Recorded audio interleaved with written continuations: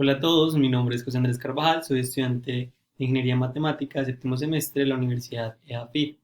Hoy les voy a hablar del proyecto de investigación que estoy haciendo con la profesora Olga Lucía Quintero y el grupo de investigación GRIMAT. Nuestro proyecto tiene como objetivo crear un mejor algoritmo de atención de hablantes para el reconocimiento de emociones.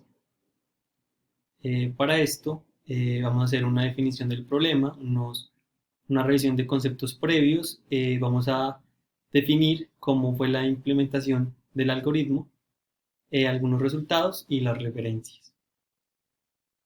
Cuando nosotros estamos hablando, nuestras cuerdas vocales vibran y producen sonido.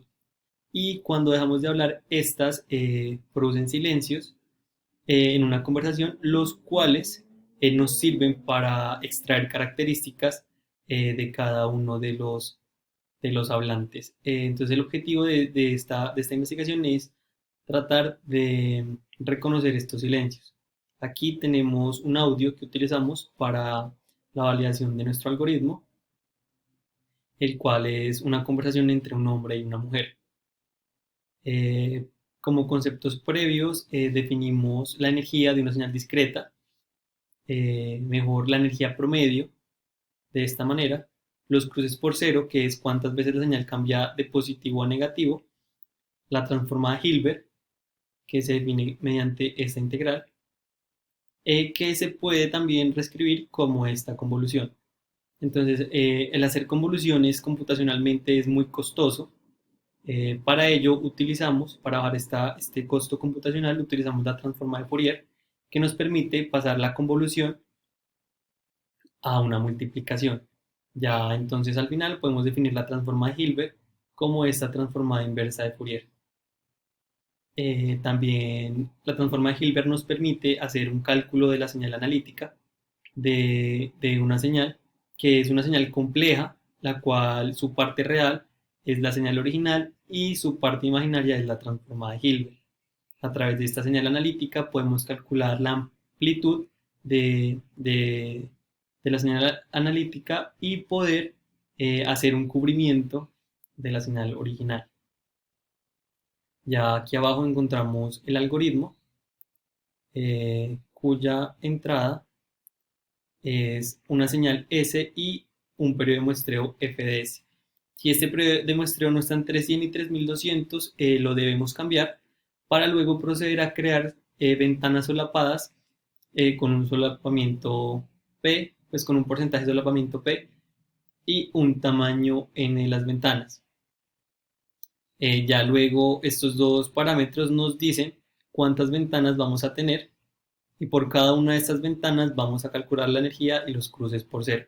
La energía máxima eh, de ese vector de energía va a ser el promedio de la energía y la energía mínima va a ser el mínimo de ese vector.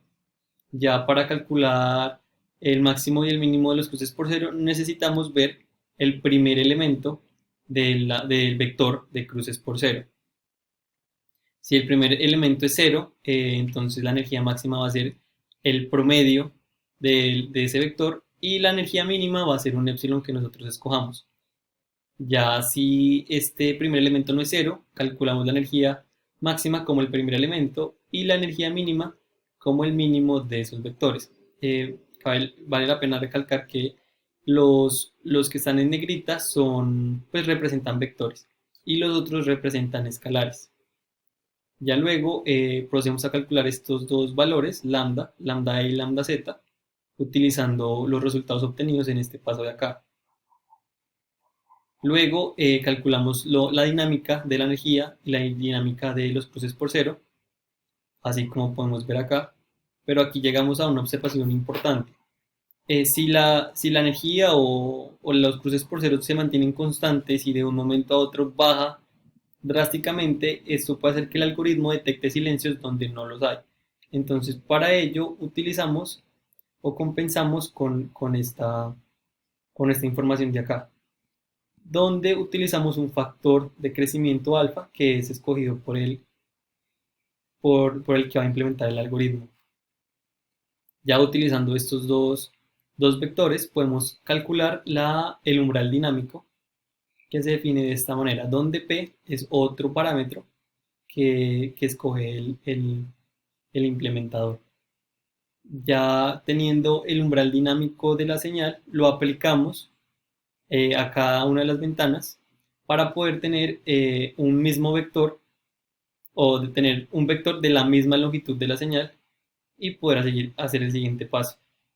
Antes de eso, calculamos el cubrimiento de la señal suavizado utilizando la señal analítica y lo suavizamos a través de un filtro de Gauss.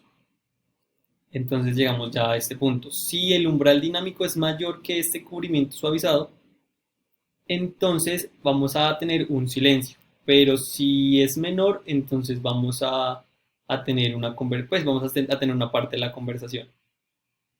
Ya aquí podemos ver los resultados.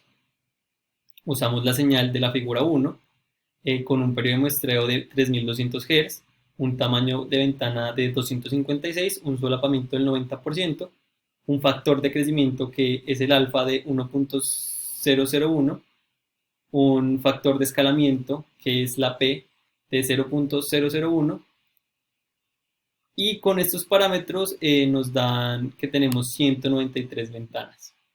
Entonces procedemos a calcular la energía de cada una de estas ventanas y los cruces por cero de estas ventanas, así como se ve en la figura 3.